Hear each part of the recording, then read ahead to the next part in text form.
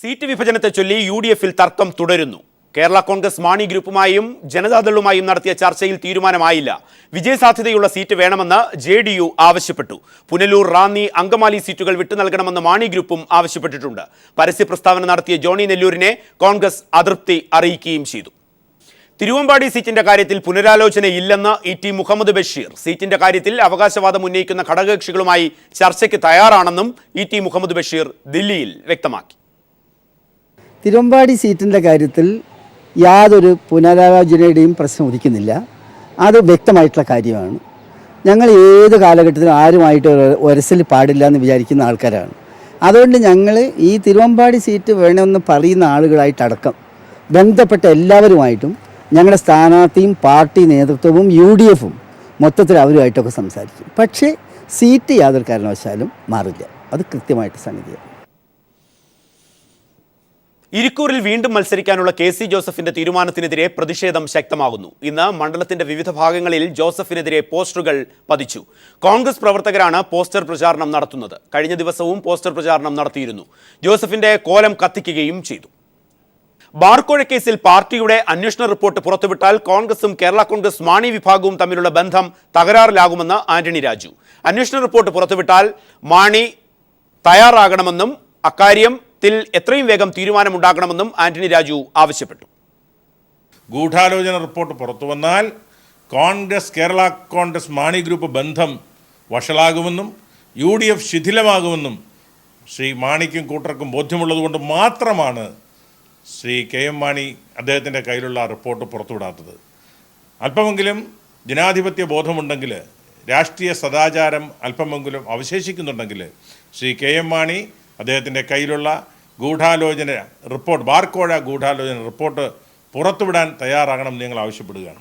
മാത്രമല്ല, ഇന്നലെ വളരെ ഗുരുതരമായ ഒരു ആരോപണം ശ്രീ ജോസ് കെ. മാണി ഉന്നയിക്കേണ്ടായി. അദ്ദേഹം പറഞ്ഞത് പാർട്ടിയിൽ നിന്ന്, മാണി ഗ്രൂപ്പിൽ നിന്ന് പുറത്തുപോയ ആളുകളിൽ ചിലർ ഈ ഗൂഢാലോചനയിൽ പങ്കാളികളായിട്ടുണ്ടെന്നുള്ളതാണ്. ഞങ്ങൾ പറയുന്നത്, ഞങ്ങൾ ആരെങ്കിലും പങ്കാളികളായിട്ടുണ്ടെന്ന് അദ്ദേഹത്തിന് ഉത്തമ ബോധ്യമുണ്ടെങ്കിൽ, ആ ഗൂഢാലോചന അന്വേഷിക്കുന്ന റിപ്പോർട്ടിൽ അത് ബോധ്യപ്പെട്ടിട്ടുണ്ടെങ്കിൽ ആ റിപ്പോർട്ട് പുറത്തു വരട്ടെ. സീറ്റ് വിഭജനത്തെ ചൊല്ലി യു.ഡി.എഫിൽ തർക്കം തുടരുന്നു. എല്ലാ ചർച്ചകളും കീറാമുട്ടിയായി നിൽക്കുമ്പോൾ എം.ആർ. സജേഷ് തിരുവനന്തപുരത്ത് നിന്നും. സജേഷ്, തർക്കങ്ങൾ ഏതു തരത്തിലാണ് തുടരുന്നത്? പലതലത്തിലും പരസ്യ പ്രസ്താവനകൾ വരുന്നുണ്ട്. ചർച്ചകൾ ഏതു തരത്തിൽ പുരോഗമിക്കുകയും ചെയ്യുന്നു? സജേഷ്. കൂടി അവസാനിച്ചു. ചർച്ചകളിൽ തീരുമാനം ഉണ്ടായിട്ടില്ല. കേരള കോൺഗ്രസ് എമ്മിന്റെയും ജെ.ഡി.യുവിന്റെയും കാര്യത്തിൽ തീർത്തും ചർച്ചകൾ വഴിമുട്ടുന്ന തരത്തിലാണ് കാര്യങ്ങൾ. കായംകുളം സീറ്റ് ലക്ഷ്യമിട്ട് ജെ.ഡി.യു നടത്തിയ നീക്കം കോൺഗ്രസ് അനുവദിച്ചില്ല. കായംകുളം സീറ്റ് തരാൻ ബുദ്ധിമുട്ടാണെന്ന നിലപാട് മുഖ്യമന്ത്രി നേരിട്ട് തന്നെ ജെ.ഡി.യു നേതൃത്വത്തെ അറിയിച്ചതോടുകൂടിയാണ് ചർച്ച വഴിമുട്ടിയത്. കേരള കോൺഗ്രസ് എമ്മിന്റെ കാര്യത്തിലും അധിക സീറ്റ് വേണമെന്ന ആവശ്യം കേരള കോൺഗ്രസ് എം ഉന്നയിച്ചു.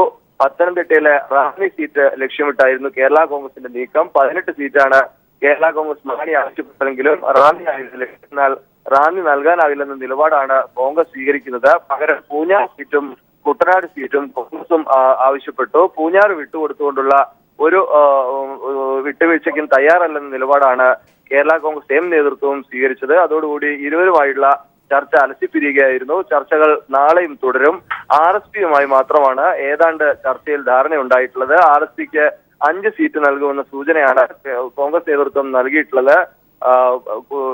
ഇരവിപുരം, ചവറ, തിരുവനന്തപുരത്ത് ആറ്റിങ്ങൽ, കണ്ണൂരിലെ ഏതെങ്കിലും ഒരു സീറ്റ് എന്ന നിലയിലേക്കാണ് ആർ.എസ്.പിയുമായുള്ള ധാരണ. ചർച്ചകൾ നാളെയും തുടരും. പ്രദീപ്. എം.ആർ. സജേഷ് തിരുവനന്തപുരത്ത് നിന്നും. നെൽവയൽ നീർത്തട സംരക്ഷണ നിയമത്തിൽ സർക്കാർ വീണ്ടും വെള്ളം ചേർത്തു. നെൽവയൽ നികത്തിയത് ക്രമവൽക്കരിക്കാൻ സമയം നീട്ടി നൽകി സർക്കാരിന്റെ ഉത്തരവും പുറത്തിറങ്ങി. 3 മാസത്തേക്ക് കൂടിയാണ് അപേക്ഷ സമർപ്പിക്കാനുള്ള സമയം നീട്ടി നൽകിയിട്ടുള്ളത്. വൻകിട ഫ്ളാറ്റ് മാഫിയകളെയും റിയൽ എസ്റ്റേറ്റ് ലോബികളെയും സഹായിക്കാനാണ് സർക്കാർ നീക്കം. ഉത്തരവിന്റെ പകർപ്പ് പീപ്പിൾ TV പുറത്തുവിട്ടു. 2008 മുൻപ് നികത്തപ്പെട്ട വയലുകൾ ന്യായവിലയുടെ 25% തുക ഫീസായി അടച്ചാൽ ക്രമവൽക്കരിക്കാമെന്ന് 2015 നവംബറിൽ സർക്കാർ ഉത്തരവിറക്കിയിരുന്നു. 2016 ഫെബ്രുവരി 27 വരെയായിരുന്നു ഇതിനുള്ള സമയം. നിലം രൂപാന്തരപ്പെടുത്താൻ പാടില്ലെന്ന 2014 സുപ്രീം കോടതി ഉത്തരവ് മറികടന്നാണ് സർക്കാർ നീക്കം. സുപ്രീം കോടതി ഉത്തരവ് മറികടക്കാൻ അപേക്ഷകരിൽ നിന്ന് നിലം എന്നത് രേഖകളിൽ മാറ്റാനാവില്ലെന്ന് എഴുതി വാങ്ങുകയും ചെയ്യും. അതേസമയം ഭൂമി പുരയിടത്തിന് സമാനമായി ഉപയോഗിക്കാൻ കഴിയുകയും ചെയ്യും. സർക്കാർ ഉത്തരവ് വൻകിട ഫ്ളാറ്റ് ലോബികൾക്കും ഭൂമാഫിയകൾക്കും ഒത്താശ ചെയ്തുള്ളതാണെന്ന് വ്യക്തമാവുകയാണ്. ഉത്തരവിറങ്ങി 3 മാസം പിന്നിടുമ്പോൾ ഓരോ ജില്ലയിലും 7000 മുതൽ 10000 വരെ അപേക്ഷകളാണ് കളക്ടറേറ്റുകളിൽ ലഭിച്ചിരിക്കുന്നത്. ഉത്തരവിന്റെ മറവിൽ ആയിരക്കണക്കിന് ഏക്കർ ഭൂമിയാണ് ഇപ്പോൾ നികത്തപ്പെടുകയും ചെയ്യുന്നത്. പ്രസ്തുത ഭൂമി 2008 മുൻപ് നികത്തിയതാണെന്ന പേരിൽ അപേക്ഷ നൽകി സാധൂകരിക്കാനുള്ള നീക്കവും തകൃതിയാണ്. സാധാരണ കർഷകരെ സംബന്ധിച്ച് 2008 മുൻപ് നികത്തിയ ഭൂമിയാണെങ്കിലും ന്യായവിലയുടെ 25% നൽകി ക്രമപ്പെടുത്താൻ കഴിയില്ലെന്നിരിക്കെയാണ് സർക്കാർ ഉത്തരവ് ചോദ്യചിഹ്നമാകുന്നത്. KG ദിനകർ, തിരുവനന്തപുരം. നെല്ലിയാമ്പതി കരുണ എസ്റ്റേറ്റിന്റെ കരം സ്വീകരിക്കാനുള്ള വിവാദ ഉത്തരവ് സർക്കാർ പിൻവലിക്കില്ല. ഉത്തരവിൽ അപാകതയുണ്ടോ എന്ന് AGയോട് നിയമോപദേശം തേടാൻ മുഖ്യമന്ത്രിയും റവന്യൂ മന്ത്രിയുടെയും സാന്നിധ്യത്തിൽ ചേർന്ന ഉന്നതതല യോഗം തീരുമാനിച്ചു. ഉത്തരവ് പിൻവലിക്കണമെന്ന VM സുധീരന്റെ നിർദ്ദേശം തള്ളിയാണ് സർക്കാരിന്റെ തീരുമാനം. എന്നാൽ സർക്കാർ തീരുമാനം അംഗീകരിക്കില്ലെന്ന് VM സുധീരൻ വ്യക്തമാക്കി. ഇക്കാര്യം സുധീരൻ മുഖ്യമന്ത്രിയെയും റവന്യൂ മന്ത്രിയെയും അറിയിച്ചു. നെല്ലിയാമ്പതി കരുണ എസ്റ്റേറ്റിന് ഭൂനികുതി അടക്കാൻ അനുമതി നൽകുന്ന ഉത്തരവിൽ സർക്കാർ ഉറച്ചു നിൽക്കുകയാണ്. ഉത്തരവ് വിവാദമായതിനെ തുടർന്ന് മുഖ്യമന്ത്രി ഉമ്മൻചാണ്ടിയുടെയും റവന്യൂ മന്ത്രി അടൂർ പ്രകാശിന്റെയും നേതൃത്വത്തിൽ ചേർന്ന ഉന്നതതല യോഗം ഉത്തരവ് പിൻവലിക്കേണ്ടെന്ന് തീരുമാനിച്ചു. ഉത്തരവിൽ അപാകതയുണ്ടോ എന്നത് സംബന്ധിച്ച് അഡ്വക്കേറ്റ് ജനറലിനോട് നിയമോപദേശം തേടിയതായും അടൂർ പ്രകാശ് പറഞ്ഞു. ഇറക്കിയിട്ടുള്ള ഉത്തരവിൽ എന്തെങ്കിലും അവ്യക്തതയുണ്ടോ എന്ന് പരിശോധിക്കുന്നതിന് വേണ്ടി AGയുടെ ഒപ്പീനിയൻ വാങ്ങിക്കൊണ്ട് അടുത്ത ക്യാബിനറ്റിൽ ഇതെന്ത് വേണം എന്നതിനെക്കുറിച്ച് തീരുമാനിക്കുന്നതാണ്. റിപ്പോർട്ടുകളെല്ലാം പരിശോധന നടത്തും. ആ റിപ്പോർട്ട് ശരിയോ തെറ്റോ എന്ന് ഗവൺമെൻറ്റാണ് തീരുമാനിക്കേണ്ടത്. അതല്ലാതെ ഒരു കളക്ടർ റിപ്പോർട്ട് തന്നാൽ അപ്പാടെ സ്വീകരിക്കണം എന്ന നിബന്ധനകളില്ല. കരുണ എസ്റ്റേറ്റിന്റെ ഉടമസ്ഥാവകാശ രേഖകൾ പരിശോധിച്ച ശേഷം സർക്കാർ ഭൂമി അല്ലെങ്കിൽ മാത്രം നികുതി സ്വീകരിച്ചാൽ മതിയെന്ന് ഉത്തരവിലെ 3, 5 ഖണ്ഡികകളിൽ വ്യക്തമാക്കിയിട്ടുണ്ടെന്നും അദ്ദേഹം പറഞ്ഞു. ഉത്തരവ് പിൻവലിക്കണമെന്ന KPCC അധ്യക്ഷൻ VM സുധീരന്റെ നിർദ്ദേശം തള്ളിയാണ് നികുതി സ്വീകരിക്കാമെന്ന നിലപാടുമായി സർക്കാർ മുന്നോട്ടു പോകുന്നത്. ഇതിനെതിരെ സുധീരൻ വീണ്ടും രംഗത്തെത്തി. ഉന്നതതല യോഗത്തിലെ തീരുമാനം തൃപ്തികരമല്ലെന്ന് പ്രസ്താവനയിൽ വ്യക്തമാക്കിയ സുധീരൻ ഇക്കാര്യം മുഖ്യമന്ത്രിയെയും റവന്യൂ മന്ത്രിയെയും അറിയിച്ചു. 2014 എസ്റ്റേറ്റ് സർക്കാർ ഭൂമിയാണെന്നും അത് തിരിച്ചുപിടിക്കണമെന്നും റവന്യൂ വകുപ്പ് റിപ്പോർട്ട് നൽകിയിരുന്നു. ഇതിനെതിരെ പോപ്സ് ഗ്രൂപ്പ് നൽകിയ ഹർജി ഹൈക്കോടതിയുടെ പരിഗണനയിലാണ്. ഈ സാഹചര്യത്തിലും നികുതി സ്വീകരിക്കാനുള്ള ഉത്തരവിൽ സർക്കാർ ഉറച്ചുനിൽക്കുന്നത് സർക്കാരും KPCCയും തമ്മിലുള്ള ശീതയുദ്ധത്തിന് ആക്കം കൂട്ടും. News bureau, Thiruvananthapuram.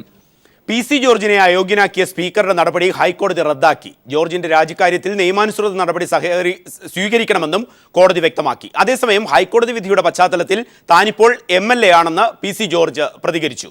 നിയമസഭാ സെക്രട്ടറിയെ പുറത്താക്കുക ചെയ്യണമെന്നും സ്പീക്കർ രാജിവെക്കണമെന്നും PC ജോർജ് പീപ്പിൾ TVയോട് പറഞ്ഞു.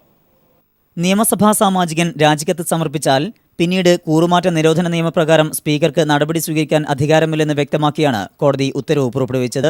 അയോഗ്യനാക്കിയ നടപടി ചോദ്യം ചെയ്ത് PC ജോർജ് സമർപ്പിച്ച ഹർജിയിലാണ് ജസ്റ്റിസ് C ചിദംബരേഷിന്റെ ഉത്തരവ്. സ്പീക്കറുടെ നടപടി തന്റെ രാഷ്ട്രീയ ഭാവിക്ക് കളങ്കം ചാർത്തുന്നതാണെന്ന് വാദത്തിനിടെ ജോർജ് ചൂണ്ടിക്കാട്ടിയിരുന്നു. ഈ സാഹചര്യത്തിലാണ് ജോർജിനെ അയോഗ്യനാക്കിയ നടപടി ഹൈക്കോടതി റദ്ദാക്കിയത്. ജോർജിന്റെ ഭാഗം കേൾക്കാതെയുള്ള സ്പീക്കറുടെ നടപടി അനുചിതവും അനാവസ്യത്തിലുമുള്ളതാണെന്ന് കോടതി വ്യക്തമാക്കി. അതിനിടെ ഉമ്മൻചാണ്ടിയും KM മാണിയും നൽകിയ നിർദ്ദേശപ്രകാരമുള്ള സ്പീക്കറുടെ ഏകപക്ഷീയമായ നടപടിക്കേറ്റ തിരിച്ചടിയാണ് കോടതി ഉത്തരവെന്ന് PC ജോർജ് പ്രതികരിച്ചു. ഉത്തരവിന്റെ പശ്ചാത്തലത്തിൽ സ്പീക്കർ സ്ഥാനം ഒഴിയണമെന്നും അദ്ദേഹം ആവശ്യപ്പെട്ടു. ഞാൻ രാജിക്കത്ത് കൊടുത്തതാണ്. ആ രാജിക്കത്ത് സ്വീകരിക്കേണ്ട നിയമം അനുസരിച്ച് സ്വീകരിച്ചേ മതിയാവും. അത് സ്വീകരിച്ചോ ഇല്ലയോ എന്ന് എന്നോട് പറഞ്ഞില്ല. 13-ാം തീയതി ഏറ്റവും വിധി പ്രഖ്യാപിക്കാമെന്ന് രാജിക്കത്ത് പിന്നെ മിണ്ടാതെ ബഹുമാനപ്പെട്ട ഹൈക്കോടതിന് മുമ്പിൽ ചെന്നപ്പം ഈ സ്പീക്കർക്ക് വേണ്ടി കൊടുത്ത സത്യവാങ്മൂലത്തിൽ എന്റെ രാജിക്കത്ത് റിജക്റ്റ് ചെയ്തു എന്നും പറഞ്ഞ് കള്ള സത്യവാങ്മൂലം കൊടുത്തിരിക്കുക. ഇപ്പൊ വന്നിരിക്കുന്നത് സ്പീക്കറുടെ വിധി വന്നതോടുകൂടി ഇപ്പൊ എന്റെ രാജിക്കത്തുമില്ല, ഞാനിപ്പോ MLA. ജോർജിന്റെ രാജിക്കത്തിൽ നിയമാനുസൃത നടപടി സ്വീകരിക്കാൻ സ്പീക്കർക്ക് കോടതി നിർദ്ദേശം നൽകി. News bureau, Kochi. ഇടുക്കി ADMനെ തടഞ്ഞ സംഭവത്തിൽ ES ബിജിമോൾ MLAയെ അറസ്റ്റ് ചെയ്യേണ്ടതില്ലെന്ന പോലീസ് റിപ്പോർട്ട് ഹൈക്കോടതി തള്ളി. ചോദ്യം ചെയ്ത ശേഷം ബിജിമോളെ വിട്ടയച്ച നടപടി ശരിയായില്ലെന്ന് കോടതി പറഞ്ഞു. സെഷൻസ് കോടതി വിചാരണ ചെയ്യേണ്ട കുറ്റാരോപണമാണ് ഉയർന്നത്. ഈ സാഹചര്യത്തിൽ വീഴ്ച വരുത്തിയ ഉദ്യോഗസ്ഥർക്കെതിരെ നടപടി സ്വീകരിക്കണമെന്ന് കോടതി DGPയോട് നിർദ്ദേശിച്ചു. അട്ടിമറിക്കാനുള്ള ആസൂത്രിത നീക്കത്തിന്റെ ഭാഗമായാണ് RSS പുതിയ പ്രഖ്യാപനം സംവരണ കാര്യത്തിൽ നടത്തിയിട്ടുള്ളതെന്ന് പിണറായി വിജയൻ. സംവരണം പുനഃപരിശോധിക്കാൻ RSS കേന്ദ്ര സർക്കാരിനോട് ആവശ്യപ്പെട്ടത് ആ സംഘടനയുടെ സംവരണ വിരുദ്ധ നയത്തിന്റെ തുടർച്ചയാണ്. സംവരണം ഇല്ലാതാക്കി ദളിത് പിന്നാക്ക വിഭാഗങ്ങൾക്കുള്ള പരിമിതമായ അവസരം തട്ടിയെടുക്കാനുള്ള നീക്കമാണ് നിലവിൽ നടക്കുന്നതെന്നും പിണറായി വിജയൻ കുറ്റപ്പെടുത്തി. നിലവിലുള്ള സംവരണം നിലനിർത്തുകയും മുന്നോക്ക വിഭാഗങ്ങളിലെ ഏറ്റവും പിന്നാക്കം നിൽക്കുന്നവർക്ക് കൂടി നിശ്ചിത ശതമാനം സംവരണം ഉറപ്പാക്കാൻ ഭരണഘടന ഭേദഗതി ചെയ്യുകയും വേണമെന്നും പിണറായി വിജയൻ ആവശ്യപ്പെട്ടു. കേരളത്തിലെ മാതൃകാ കർഷകർക്കായി കൈരളി പീപ്പിൾ ടിവി ഏർപ്പെടുത്തിയ ഖദർ അവാർഡുകൾ വിതരണം ചെയ്തു. സാലി മുഹമ്മദ് കൊച്ചിയിൽ നിന്നും. സാലി, അവാർഡ് സമ്മാനിച്ചുകൊണ്ട് മമ്മൂട്ടി പറഞ്ഞത് എന്തൊക്കെ, അതോടൊപ്പം അവാർഡ് സ്വീകരിച്ചവരുടെ പ്രതികരണം, ആരൊക്കെയായിരുന്നു ഈ പുരസ്കാരത്തിന് അർഹരായവർ? പ്രദീപ്, അങ്ങേയറ്റം പ്രൗഢഗംഭീരമായ വേദിയെയും സദസ്സിനെയും സാക്ഷിയാക്കിയാണ് പ്രഥമ ഖദർ അവാർഡുകൾ കൊച്ചിയിൽ വിതരണം ചെയ്തത്. മലയാളത്തിന്റെ മഹാനടൻ, മലയാളം കമ്മ്യൂണിക്കേഷൻസ് ചെയർമാനുമായ മമ്മൂട്ടിയിൽ നിന്ന് പുരസ്കാര ജേതാക്കൾ അവാർഡുകൾ ഏറ്റുവാങ്ങി. മികച്ച കർഷകനുള്ള പുരസ്കാരം ജോസഫ് പള്ളനും, മികച്ച കർഷകയ്ക്കുള്ള അവാർഡ് രജനി ജയദേവും, മികച്ച പരീക്ഷണാത്മക കർഷകനുള്ള പുരസ്കാരം PT ആന്റണിയുമാണ് ഏറ്റുവാങ്ങിയത്. കൃഷി ഒരു വികാരമായി കൊണ്ടു നടക്കേണ്ട കാലമാണിത് എന്നാണ് പുരസ്കാരദാനം നിർവഹിച്ചുകൊണ്ട് മമ്മൂട്ടി പറഞ്ഞത്. IT കമ്പനികൾ നൽകുന്നതിനേക്കാൾ തൊഴിലവസരങ്ങൾ കൃഷിയിടങ്ങൾ നൽകുമെന്ന് അദ്ദേഹം ഓർമ്മിപ്പിക്കുകയും ചെയ്തു.